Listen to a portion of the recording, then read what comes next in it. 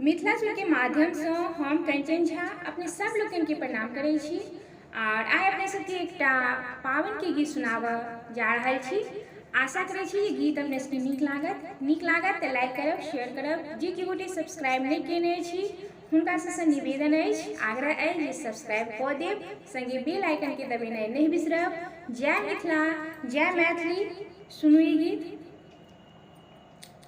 आयल हे सखी सर्व सोहावन, सावन के महीना आयल हे सखी सर्व सोहावन, सावन के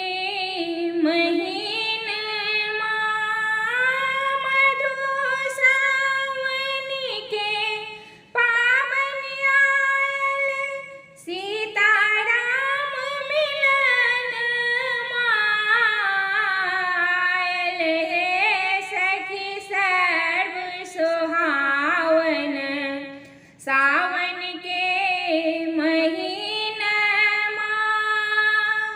भरि भरि डाली फूल लोढ़ी लायब, माला गुथब प्रेम सा।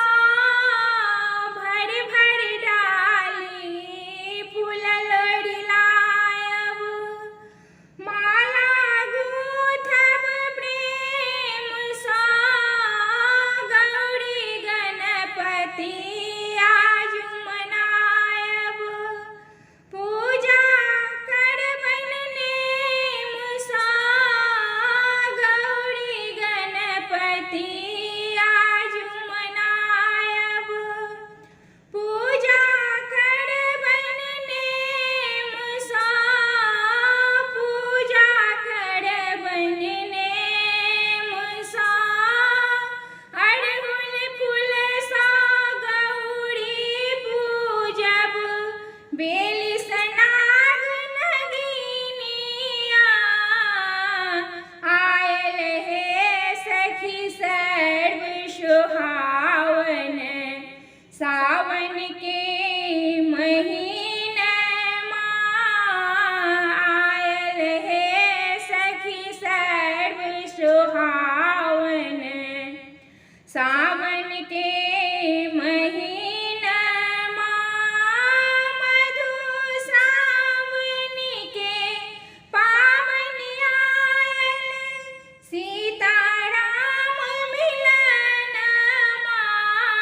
आयल हे सखी सर्व सोहावन, सावन के महीना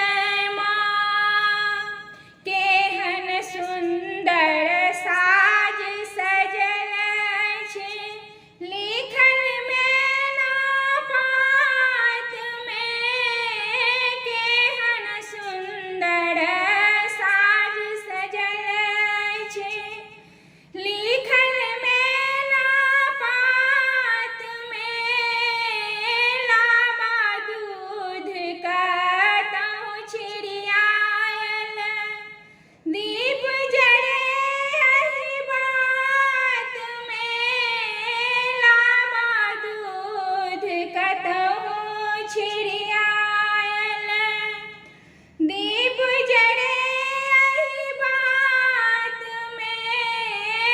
दीप जरे एहि बात में। सखी सिया जी रहथि सोहागन, जीवत राम ललन आयल हे सखी सर्व सोहावन, सावन के महीना आयल हे सखी सर्व सोहावन, सावन के महीना मधु सावन